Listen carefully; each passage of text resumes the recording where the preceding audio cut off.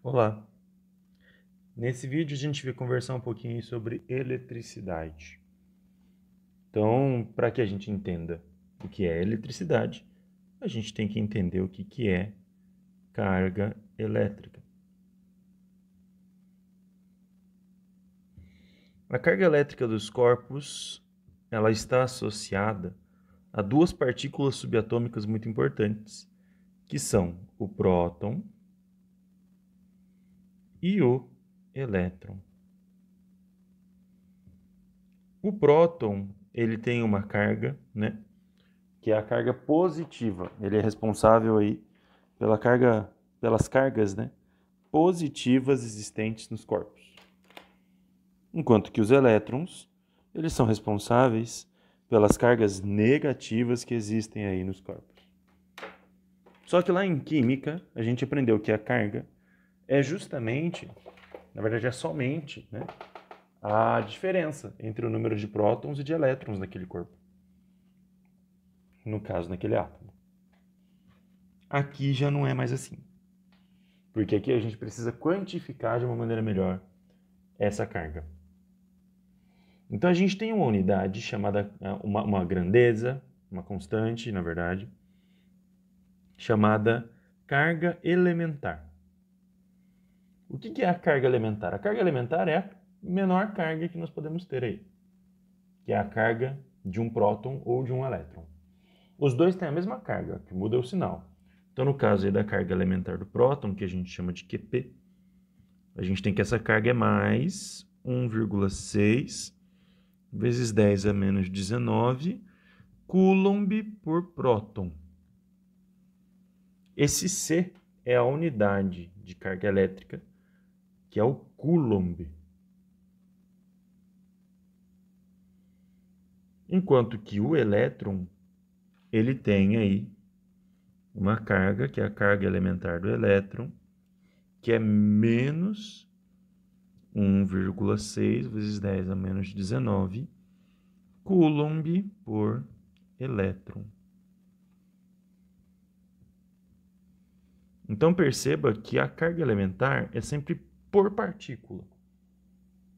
A carga total, portanto, que a carga do corpo, vai ser o número de prótons vezes a carga elementar do próton, mais o número de elétrons vezes a carga elementar do elétron.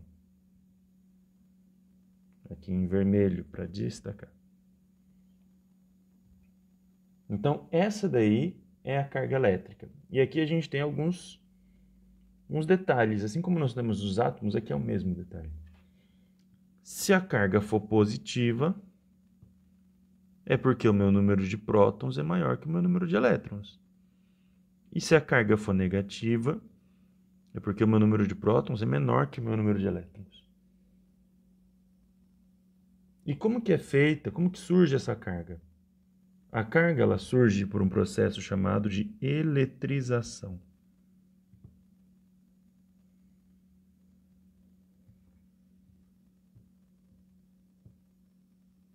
A eletrização nada mais é que o processo no qual a gente transfere elétrons do corpo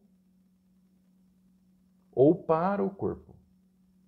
Então aqui a gente dá elétron para o corpo ou a gente tira elétron. Lembrando que próton não se mexe. Tá? Próton continua sempre no núcleo. A gente não arranca próton por eletrização. Na verdade, a gente tira elétrons e aí a carga fica positiva, porque daí eu tenho excesso de cargas positivas. Ou eu ponho elétrons. E aí a carga ela fica negativa, porque eu tenho excesso de cargas negativas. São aí 3 processos de eletrização principais. Nós temos aí a eletrização por atrito, que é basicamente, né, você esfregar corpos entre si. É basicamente o que você faz aí quando você pega um canudinho, esfrega no seu cabelo e joga na parede. Ele atritou por quê? Porque você jogou ele na parede? Não, porque você esfregou ele no seu cabelo. Então, o atrito, ele envolve aí um esfregamento. Você tem que esfregar os corpos entre si. E a característica da eletrização por atrito é que você tem cargas iguais, finais, né? Cargas finais iguais.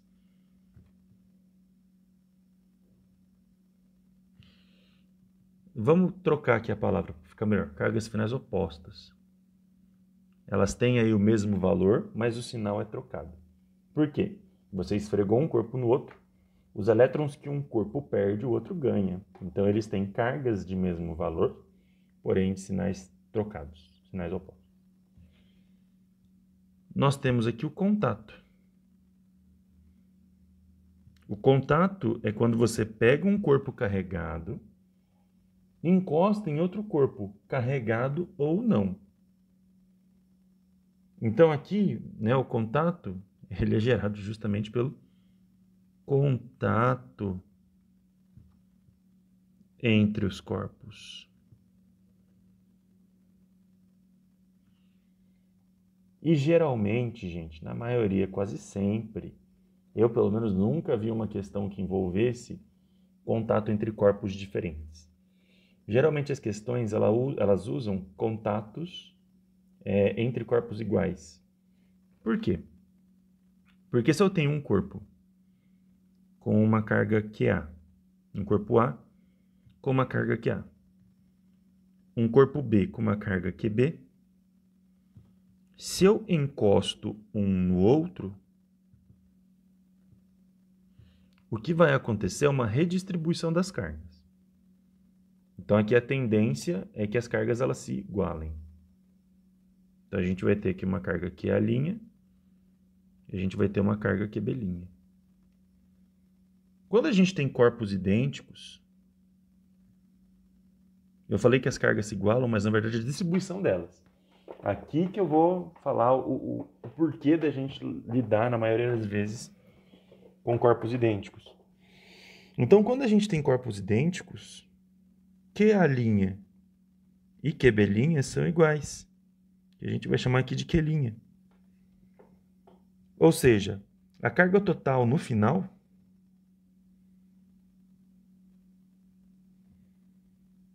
a gente vai ter uma carga Q', uma carga final, né? Igual aí a 2Q'. Só que houve uma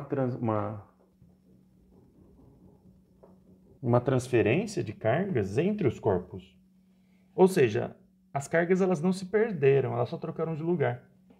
Desse modo, a gente tem que, né, no início, nós tínhamos aí uma carga total igual a QA mais QB. E como as cargas elas só trocaram de corpos, elas não se perderam nesse processo, o final é igual ao inicial. Então, 2Q' vai ser igual a QA mais QB. Ou seja, Q' vai ser a média das cargas iniciais. E a gente vai fazer alguns exercícios disso daí mais para frente, no próximo vídeo. E nós temos aí também, né? Então, antes da gente continuar, né? No contato entre os corpos, né? Na eletrização por contato. Então, preste atenção nisso, se os corpos forem idênticos,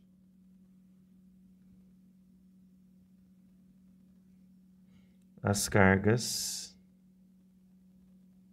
finais são iguais.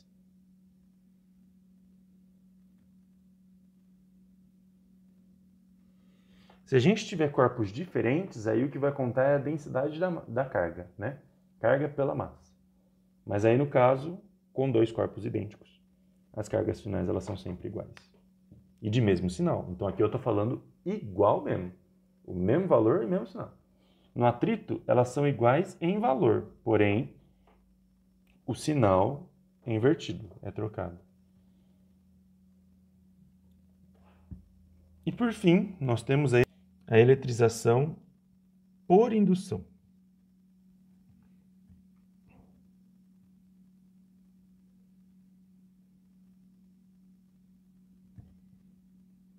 A eletrização por indução, gente, ela é feita com uma aproximação. Então, na verdade, você aproxima um corpo carregado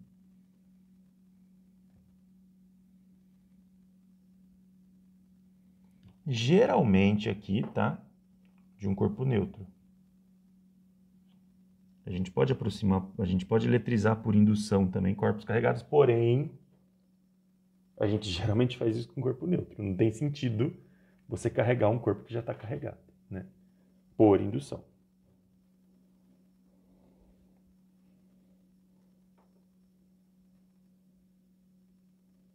E aí, gente, é o seguinte. Aqui a gente vai trabalhar com corpos neutros, né? A gente não vai falar em corpo carregado aqui. Então, por exemplo, se eu pegar uma carga positiva e aproximar ela de um corpo neutro, o que vai acontecer nesse corpo neutro? Vou ampliar o corpo neutro. Essa carga positiva, ela vai puxar os elétrons para si. Ela não vai repelir as cargas positivas, fique claro. Ela vai atrair as cargas negativas. Por quê? Em um metal, quem tem mobilidade é elétron, não é próton que tem mobilidade em metais, são os elétrons. Então, os elétrons eles vão se atrair pela carga positiva. E da onde eles saírem, vai ficar com uma carga positiva. Que é justamente, né, pela ausência desses elétrons. Então, aqui, depois aí da indução, né, isso daqui já é indução, a gente precisa fazer um aterramento. Por quê? Porque se a gente simplesmente afasta novamente as cargas, vai voltar tudo para o início. Uma carga positiva e uma carga neutra. Por quê? Se eu tiro a carga, né, se eu tiro aí a carga que induz, os elétrons já não vão ser mais atraídos por ninguém. Então eles vão voltar para o lugar onde eles estavam. E aí o que a gente faz agora? A gente pega e aterra isso daqui. E aí o que vai acontecer? Vão fluir elétrons da Terra para cá. Por quê? Você vai estar colocando esse fio em uma região extremamente positiva, induzida, né? E esse positivo vai atrair negativos da Terra. Então a gente vai terminar aí com duas cargas, né? Uma positiva e a outra negativa.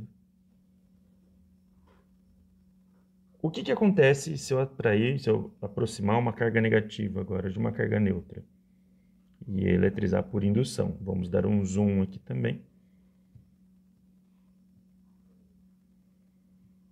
O que vai acontecer? Aí agora vai ser o contrário, eu vou repelir os elétrons, né? Eu vou empurrar os elétrons para o outro lado, porque eu estou aproximando uma carga negativa. Então aqui eu vou formar uma região positiva. Agora, se eu aterrar isso daqui, o que vai acontecer? Os elétrons eles querem fugir. Então, na verdade, o que a gente vai ter aqui agora é um fluxo contrário de elétrons, né? Os elétrons eles vão querer fugir dessa carga negativa aí. Eles vão para a Terra agora. Então, perceba, se a gente aproxima uma carga positiva, a gente puxa elétrons da Terra.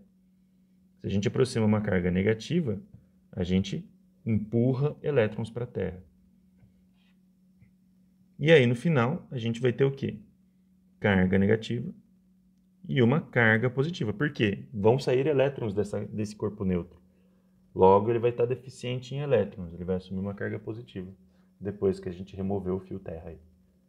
E detalhe também, importante, o fio terra, ele sempre precisa estar ligado ao corpo durante a indução. A gente não remove o fio terra durante a indução. Porque senão, né, você não forma... antes da indução, perdão. A gente não remove o fio terra antes da indução. Tá falando durante. Antes da indução, a gente não tira o fio terra. Pelo mesmo motivo da gente colocar ele lá. A gente coloca ele lá para garantir um fluxo de elétrons, né? Porque o corpo ele não está em contato com nada, ele está isolado. Então, esse fluxo de elétrons vai ocorrer pelo fio terra. Sem o fio terra, não há indução. Então, a gente aproxima os corpos, aterra o corpo que a gente quer eletrizar, deixa um tempinho, remove o aterramento e afasta. Aí a gente tem uma carga nova. E entre essas cargas, todos já devem saber, inclusive a gente falou aqui meio que por cima, né, usou aí para entender, a gente tem, né, uma lei máxima que fala aí que os opostos se atraem. O que justifica essa atração? A chamada lei de Coulomb. Então, o que vai acontecer aqui? A lei de Coulomb é uma lei que relaciona força de atração ou repulsão entre essas cargas, né, entre um par de cargas, e o sentido dessa força. Então, vamos lá. A gente vai ter o quê? A lei de Coulomb, ela fala que a força é igual a K vezes Q dividido por D quadrado. Então, aqui eu sempre vou ter aos pares, né? Uma força aqui, uma carga, desculpa, uma carga aqui. Uma carga Qzão, uma carga Qzinho. E entre essas cargas eu vou ter uma distância D. E esse K faz menção ao meio no qual essas cargas elas estão imersas. É a chamada constante eletrostática do meio. Diferentes meios têm diferentes constantes. Aqui, a gente sempre vai usar a constante eletrostática do vácuo, que é 9 vezes 10 a nona Newton metro quadrado por Coulomb quadrado. Essa daí vai ser a nossa constante eletrostática do meio. E aí o que acontece aqui? Né? Como que a gente usa a lei de Coulomb? A gente vai ver, né, se é de atração ou não a força pelo sinal da força. Então, se a força for menor que zero, se a força for negativa, a gente vai ter atração. E quando que a força for negativa? E quando que a força é negativa? O K não muda o sinal e o D também não. Quem muda de sinal é a carga. Então, para que a força seja negativa, a gente precisa ter uma carga maior que zero e outra carga menor que zero. Aqui eu estou elencando Q positivo, Qzão positivo e Qzinho negativo, mas não faz diferença. Quem que é negativo e quem que é positivo. O que importa é ter uma positiva e uma negativa.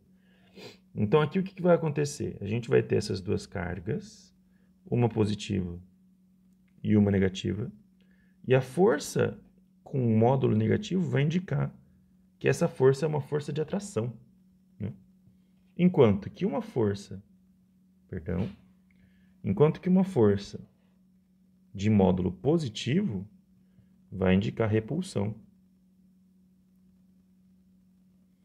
Então a gente vai ter aqui, ó, as duas cargas positivas ou as duas cargas negativas.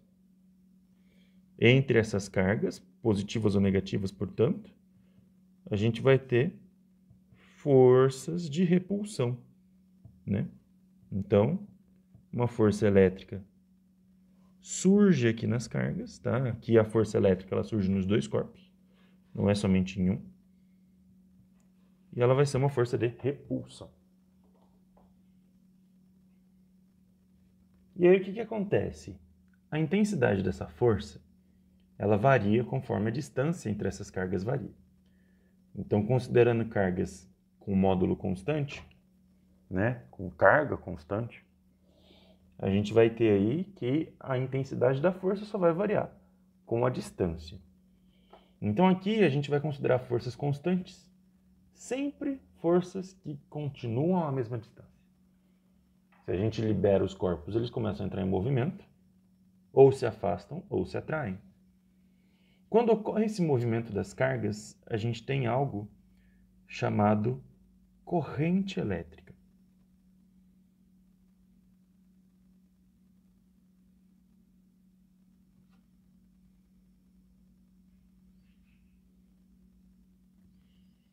A corrente elétrica, ela é uma grandeza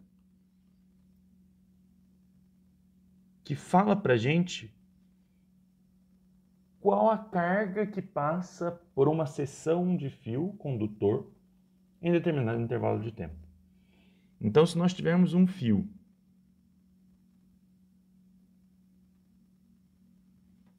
e seccionarmos esse fio, ou seja, se a gente cortar ele aqui, ó, cortar não, tá? Mas pegar uma seção dele aqui, a gente vai ver aí, ó, que o fluxo de elétrons, né? Vamos considerar aqui um fio mesmo, elétrico. Não vamos considerar uma solução com sal, por exemplo. Vai passar com uma determinada velocidade ali. Quanto mais elétrons passarem por ali, mais carga vai passar por ali. E quanto mais carga passar por ali, em um determinado intervalo de tempo, maior é a corrente. Então, a corrente elétrica, que a gente chama de I, de intensidade de corrente, é a variação da carga pelo tempo.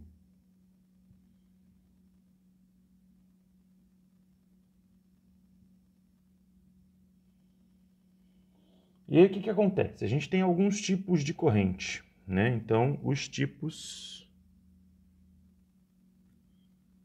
de corrente.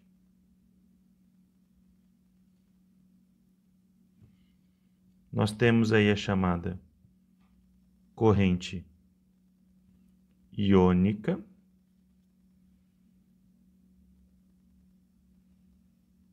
e a corrente eletrônica. A corrente iônica é quando os portadores de carga são íons, como por exemplo uma solução salina, né? Água com sal. Por isso que a gente não pode nadar quando está chovendo com um raio, né? No mar. Porque o mar ele é rico em sal dissolvido, né? Tem muito sal dissolvido no mar. Se cai um raio ali, você estabelece uma corrente iônica. E aí você acaba morrendo eletrocutado.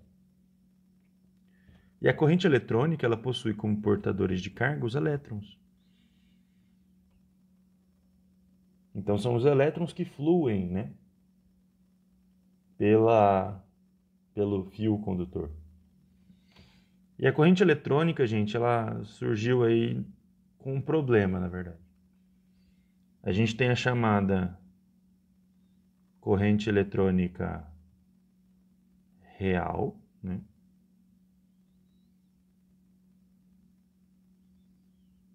E a corrente eletrônica convencional.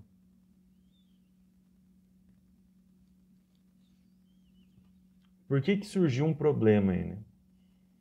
Porque a eletricidade ela começou a se desenvolver antes da detecção do elétron.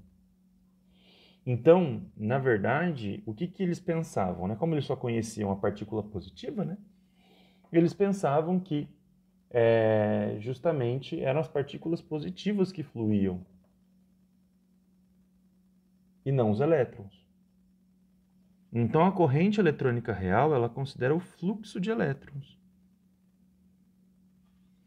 A corrente eletrônica convencional, ela é o contrário do fluxo de elétrons.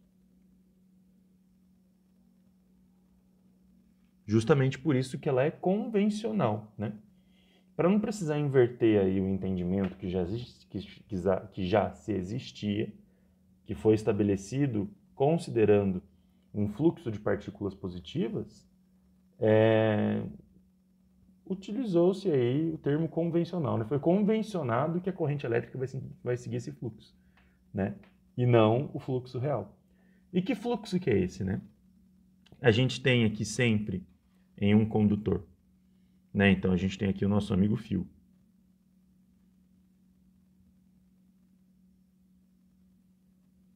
Esse fio ele está submetido ao que a gente chama de tensão, diferença de potencial. Então, existe uma região com potencial menor e uma região com um potencial maior. E esse potencial está associado à quantidade de elétrons que nós temos ali. Então, o potencial menor, que é o negativo, ele é rico em elétrons.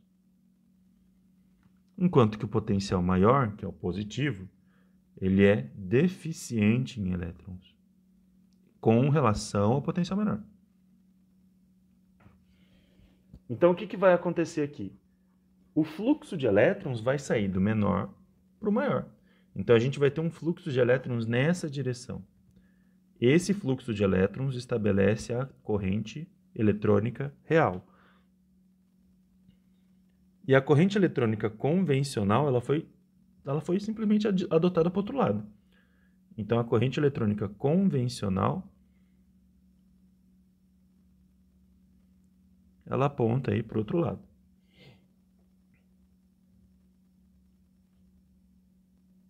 A passagem de corrente, né?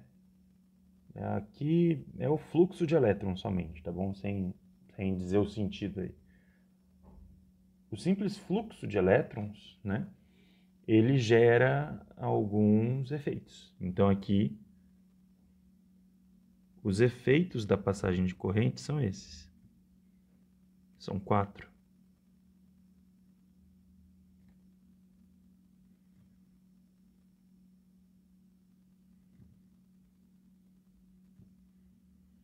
Então, como eu disse, nós temos 4 efeitos da passagem de corrente.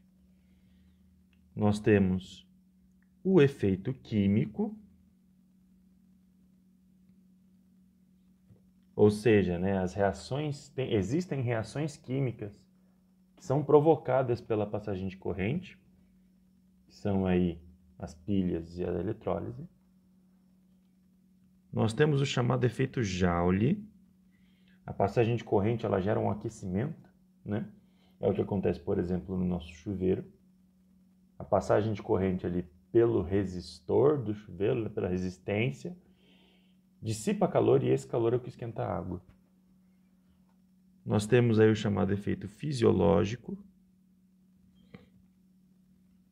A passagem de corrente aí pelos nossos corpos, a depender da intensidade, ela pode causar fibrilação nos nossos músculos e acabar provocando o nosso óbito, né?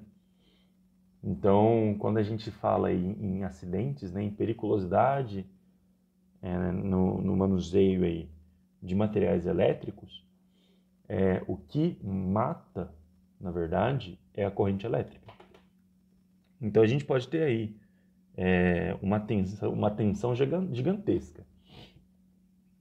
A gente pode ter um raio, por exemplo. O raio, às vezes, ele não mata a pessoa. Por quê? Por conta da intensidade de corrente. E também por conta do tempo, né? A pessoa não fica tanto tempo exposta. Mas um fio de alta tensão também, às vezes, a pessoa ela pode ficar grudada ali no fio. Mas aquilo ali não mata ela por conta da eletricidade. Pode matar aí porque esquenta, a pessoa torra ela ali, mas não mata por conta da corrente. Por quê? A gente pode ter aplicações com tensões elevadíssimas, mas com correntes muito baixas. Enquanto a gente pode ter aplicações com tensões mínimas, mas com correntes muito altas. Então, o que mata é a intensidade de corrente, por isso que a gente tem esse efeito fisiológico, né? A corrente elétrica provoca algumas alterações no nosso organismo, e não a tensão. Então, o que pode acontecer ali no nosso organismo? O nosso organismo, né, os impulsos nervosos, eles são aí como correntes elétricas. Então, eles são provocados aí pela inversão de cargas, né, positivas ali nos neurônios. E aí o que acontece? A hora que a corrente passa, ela desordena, ela bagunça essa inversão. E aí a pessoa ela começa a ter fibrilação, né? Então, uma pessoa, por exemplo, né, como no Chaves, né, aquele episódio lá do disjuntor. Se você pega aí uma pessoa que ela está mexendo num fio, ela toma um choque com uma corrente muito elevada, não é por querer que ela gruda no fio, que ela fecha a mão no fio. Na verdade, é porque a corrente elétrica é tão alta que provocou uma fibrilação, né, que fez com que ela contraísse o músculo. E nessa contração ela ficou apegada ali ao fio, né? Então, na verdade, uma pessoa ali sendo eletrocutada, né? O certo não é você tentar tirar a pessoa dali, é você desligar a fonte de energia, né? Ou desligar a chave, ou cortar o fio, parar o fornecimento dessa energia. E não tentar tirar a pessoa dali, porque ela vai estar segurando no fio e, além disso, a corrente ela pode se propagar para você se você encostar na pessoa, né? Enfim, aqui não é uma aula de primeiros socorros, aqui é uma aula de física. Então, o terceiro efeito aí é o efeito fisiológico. E o quarto efeito é o efeito magnético. A passagem de corrente elétrica, ela produz um campo magnético, né? Fato é que lugares muito perturbados, assim, com muitos fios, com muita fiação, como por exemplo uma central de distribuição de energia, são locais muito perturbados magneticamente. Então, se você pegar, por exemplo, uma bússola e ir para perto desses locais, a bússola ela fica louca. Por quê? Justamente porque a bússola ela seguia por um campo magnético, que é o campo magnético da Terra. Se surge algum outro campo magnético ali, ela vai sofrer essa alteração. Porque esse outro campo magnético vai começar a alterar o campo magnético resultante ali naquela região. E aí é isso, tá bom? A gente fica por aqui na nossa aula. Na próxima aula a gente vai fazer alguns exercícios de corrente elétrica. Até a próxima.